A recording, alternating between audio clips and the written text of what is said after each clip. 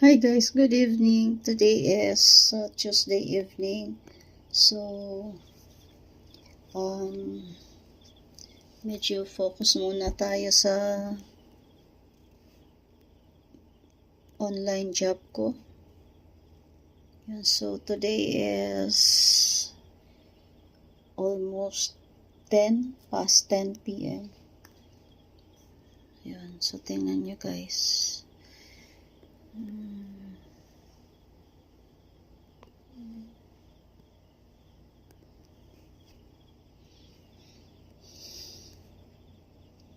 Yan.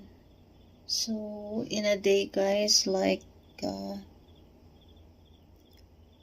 to 4 hours lang naman ako online. So, sa morning, nagagampanan ko yung cleaning the house or do the housekeeping. And then, after,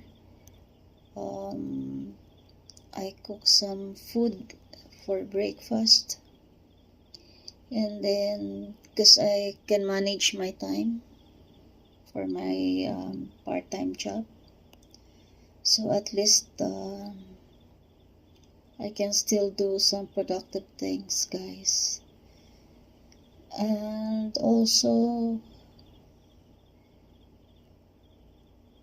medyo hindi na masyado mainit. The weather outside is windy, pero sunny pa rin.